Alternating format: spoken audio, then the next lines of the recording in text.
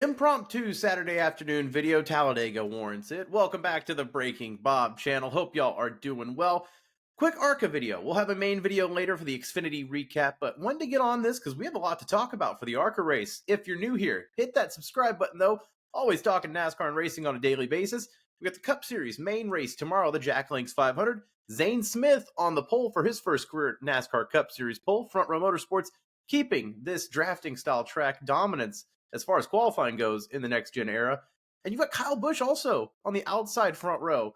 Could we finally see Rowdy break through? He did have a Talladega win a few years ago with RCR. So let's get back into the ARCA news, though, because they're the ones starting it off this weekend. We are all, of course, eyes on Cleetus McFarlane, and we'll get to him. You probably clicked this video because of him, but let's give credit where credit's due. Wallace Allen, a first-time winner in the ARCA Menard Series, the 25-year-old California native, pulls out the victory, and he had a car that was up front all day long. Really was one of the cars controlling the pace. Not a shock there. Now, of course, we did have some controversy to end the race. An overtime restart. Didn't even make it a few hundred feet. The field crashed about a few hundred feet going into turn one, stacking up the back half of the field.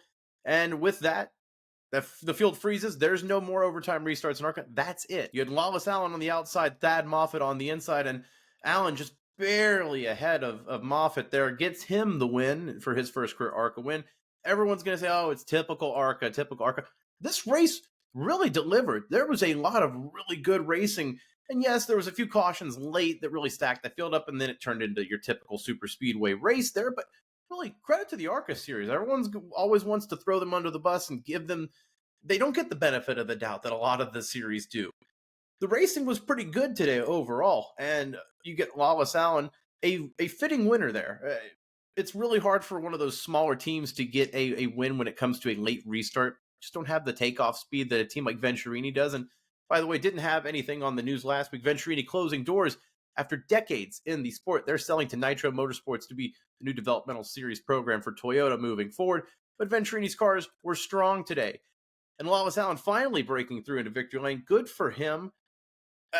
Like I said, just a really strong race overall for the ARCA series when it could have been your typical just wreckfest overall. Really wasn't that until the last 100 feet or so of the final overtime restart. Of course, all eyes were on Cleetus McFarlane today as he returned to the ARCA Menard series after his debut at Daytona earlier in the spring.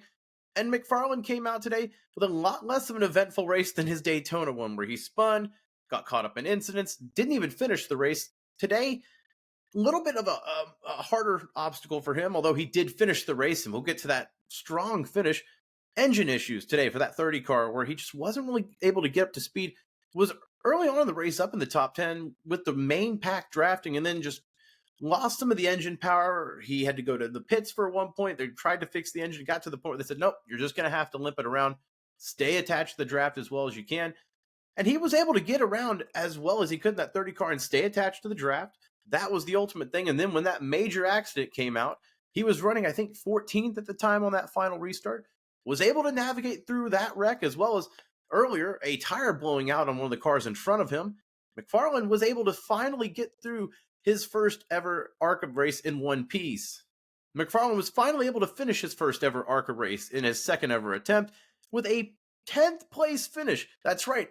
In his second ever ARCA attempt, a top 10 finish for Cleetus. Congratulations, Tim. You could tell how excited I think he was that 30 team overall. Just a really good result for them. And especially with all things considered, limping it around there, just not getting caught up in any of the mess late, not getting caught up in any of the shenanigans.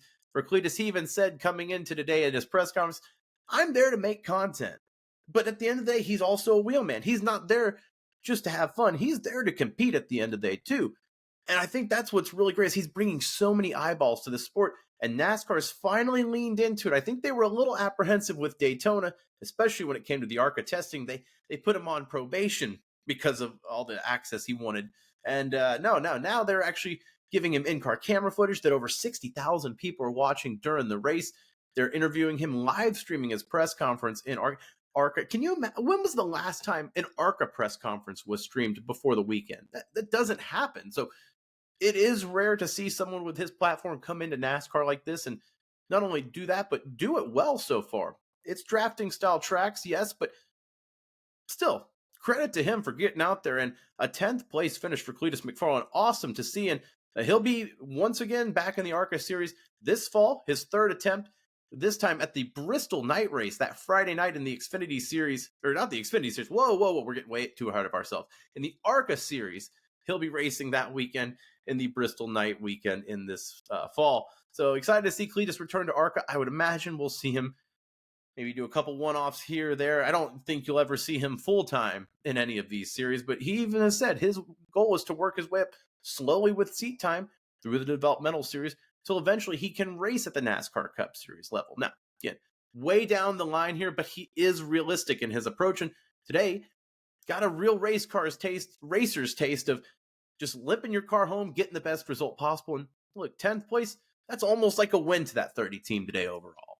Now, before we wrap up, just some results here. One of the stronger cars was the teammate of Wallace, Alan, Jake Finch, who was up there with Alan controlling the pace of the field early on in the race. And then a rare penalty on the pit road side for ARCA, where Finch's team got a one-lap penalty because they changed the tires while fueling the car. Not allowed to do that in the ARCA Menard series. You can change the tires and then you can fuel the car. You can't do both. Well, this team, the Finch team, did that, and they got held for a lap. Ultimately, were able to get their lap back, but still, just wasn't able to get the track position there. Just really goes to show the details, no matter what level it is in racing, how much it goes into it. But not a great look for the ARCA team there with Venturini, but regardless, moving on.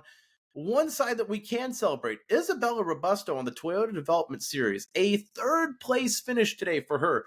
The highest ever finish for a woman in any result in a series in Talladega history. So congratulations to Isabella Robusto. Awesome for her in her ARCA Menard series. She is full-time, of course, in that Toyota Development Series pipeline. But once again, congratulations to Isabella Robusto. A great story today out of Talladega.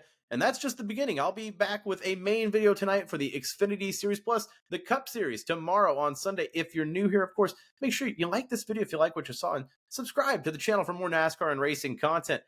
There's no need to miss out on anything. I'm gonna be having you covered, I promise. So stay tuned for more later with the Xfinity race and the Cup Series tomorrow. I'll see you next time. Thanks for watching.